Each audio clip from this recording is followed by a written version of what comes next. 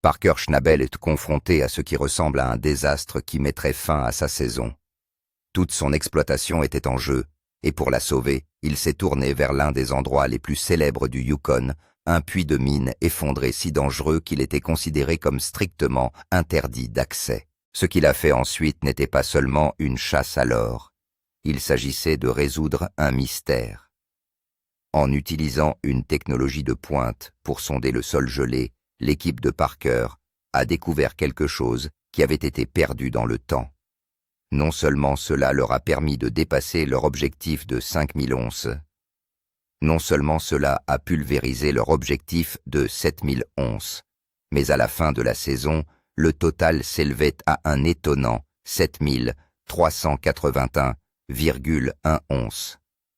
Cette parcelle de terre cachée qu'ils ont découverte allait conduire à un butin stupéfiant d'une valeur de 75 millions de dollars.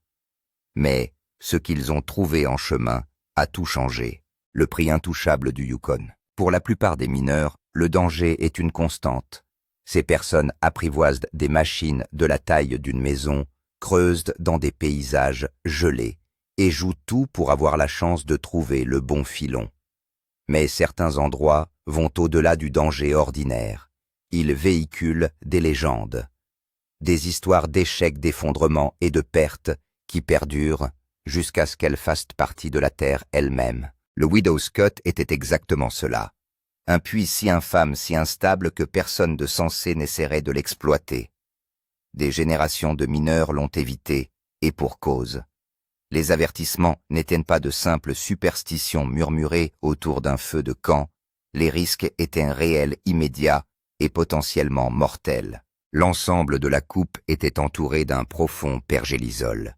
Si vous n'avez jamais eu affaire au pergélisol, voici ce que cela signifie.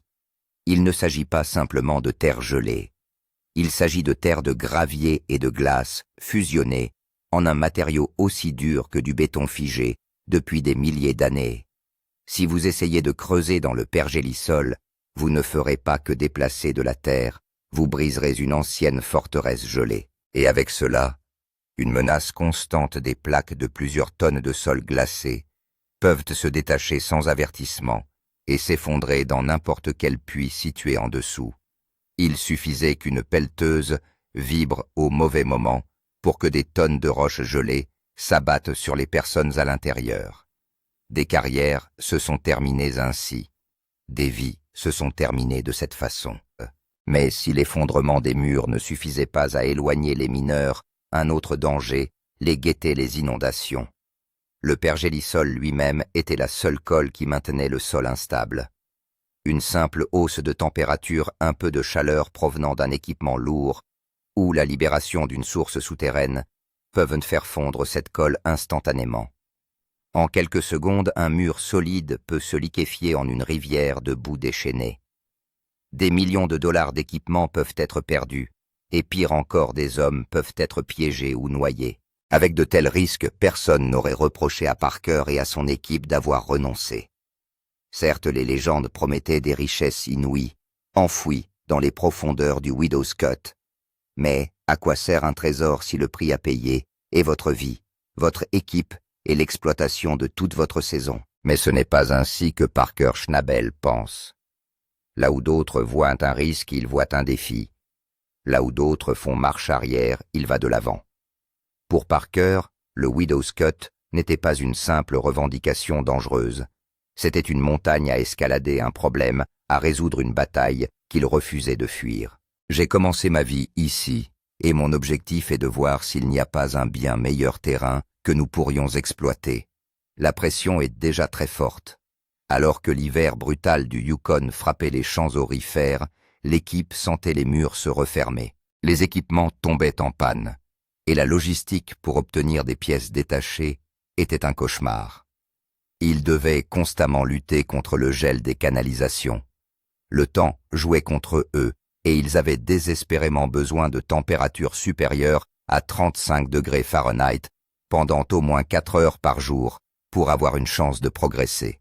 Mais il n'était pas question d'attendre que les conditions météorologiques s'améliorent. Le temps, c'est de l'argent, et dans le secteur de l'extraction de l'or, chaque jour perdu et de l'argent perdu pour l'exploitation. Qu'est-ce que c'est? Tyson éteint le. Quelque chose s'est détaché. Tuer l'alimentation. Quelque chose s'est échappé de cette usine de montres. Ils s'étaient fixé un objectif de 5000 onces pour la saison. Mais maintenant qu'ils étaient confrontés à ce défi monstrueux, ils parlaient de relever la barre et de s'approcher des 7000 onces. C'était un objectif incroyable, compte tenu des circonstances. D'une manière ou d'une autre, ils allaient se frayer un chemin dans ce puits. Face à un défi impossible à relever, Parker a décidé de riposter non pas par la force brute, mais par l'intelligence et des yeux high-tech dans le ciel. Des drones au-dessus du danger. Accepter un défi ne rend pas les choses plus faciles pour autant.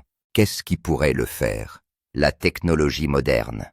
Alors que les anciens prospecteurs de la ruée vers l'or du Klondike ne disposaient que de pioches de pelle et d'une détermination à toute épreuve, Parker et son équipe avaient quelques armes secrètes dans leurs manches. Outre leur arsenal habituel d'excavatrices et d'engins de terrassement, ils avaient accès à des outils de haute technologie qui leur permettaient d'étudier la région d'une manière dont les anciens prospecteurs n'auraient pu que rêver. Leur système lidar de pointe était sur le point de tout changer. Ce dont personne ne parle vraiment, c'est à quel point cette technologie est révolutionnaire pour les mineurs. Le lidar Light Detection and Ranging est une méthode d'arpentage qui utilise un laser pour mesurer les distances. Un drone ou un avion équipé d'un système lidar émet des millions d'impulsions laser par seconde. Ces impulsions rebondissent sur le sol et reviennent vers le capteur, créant ainsi une carte tridimensionnelle incroyablement détaillée du terrain. L'avantage de ce système est qu'il permet de scruter la végétation, les couches de débris détachées, les décennies d'accumulation de terre et de végétation pour révéler la véritable forme du sol. En outre, ils l'ont associé à des techniques avancées de cartographie par drone. La personne qui a eu l'idée de combiner ces outils mérite une médaille, car elle a réalisé une percée que les mineurs essayaient en vain d'obtenir depuis les années 1980. Le plan initial de l'équipe était simple. Creuser une toute nouvelle voie d'accès à la mine, une nouvelle rampe ou un nouveau puits. Mais compte tenu des défis posés par le pergélisol et le risque constant d'inondation, cette approche pourrait s'avérer trop dangereuse, trop coûteuse et beaucoup trop longue. C'est un pari que nous allons devoir prendre. Nous nous remettrons en marche lorsque le soleil décidera que c'est l'été et nous ferons le meilleur usage possible de tous ceux que nous aurons libérés. Comme l'a dit un membre de l'équipage, la situation devient rapidement dangereuse. Chaque heure qu'il passait à chercher un moyen de descendre, il brûlait des ressources précieuses, du carburant, des salaires, du temps, pour un travail qui ne produisait pas la moindre once d'or. S'il ne voulait pas terminer cette saison aux enjeux considérables par une perte catastrophique, il devait réussir la coupe de la veuve. Et il devait le faire rapidement. C'est là que la technologie a porté ses fruits d'une manière inattendue. Une fois traitées et assemblées, les données lidar et les données des drones ont révélé quelque chose d'incroyable. Quelque chose qui avait été caché à la vue de tous pendant des décennies. Les lasers ont scruté la terre et la végétation, révélant un secret qui s'était perdu dans le temps, un chemin caché au cœur du trésor. La percée s'est faite sous la forme d'un puits vertical effondré, vestige de l'exploitation minière d'origine, datant de près d'un siècle, qui avait été complètement englouti par la nature sauvage, caché sous des décennies de broussailles et d'arbres épais et enchevêtrés. Les mesures précises qu'ils ont effectuées leur ont appris que bien qu'il ait été perdu dans le temps, le puits effondré avait une profondeur de plus de 40 mètres. C'est plus de 130 pieds de profondeur dans la terre. C'était leur moyen d'entrée.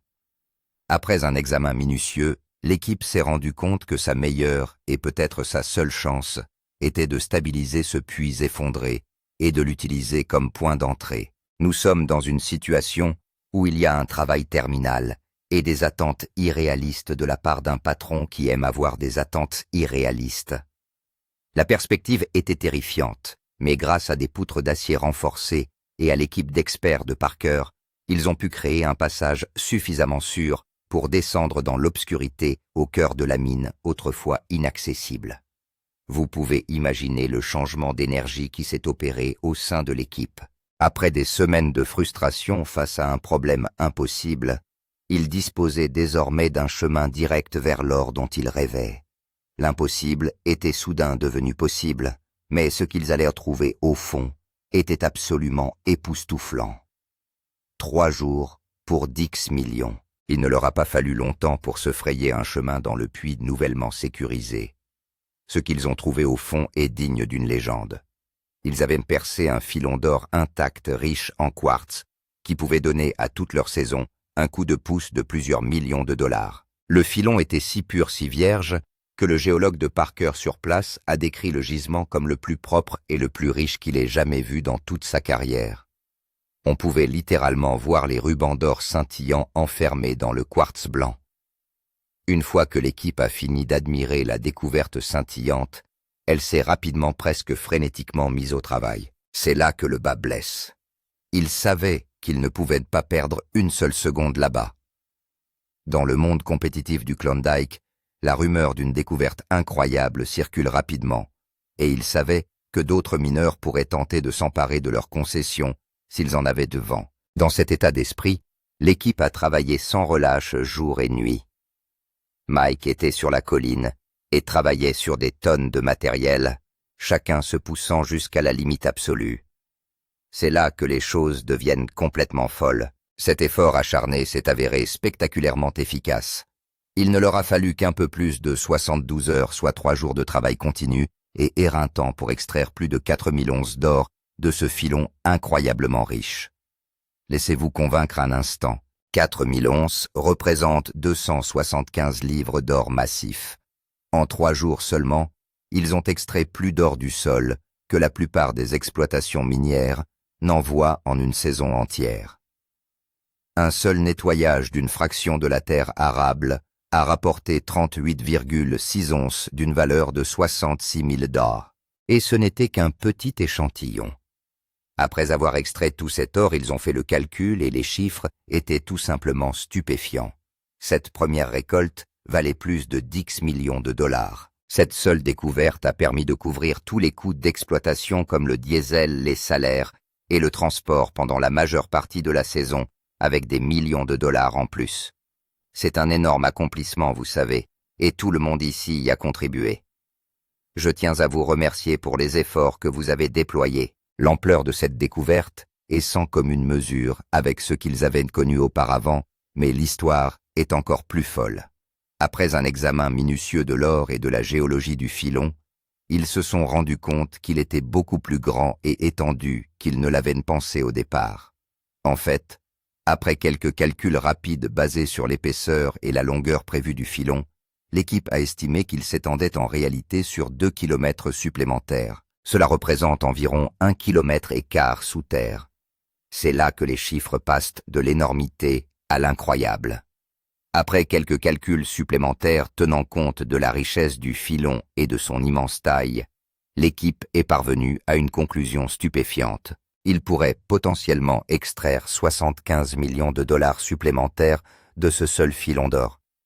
75 millions de dollars d'un filon en un seul endroit que tout le monde avait jugé impossible à exploiter.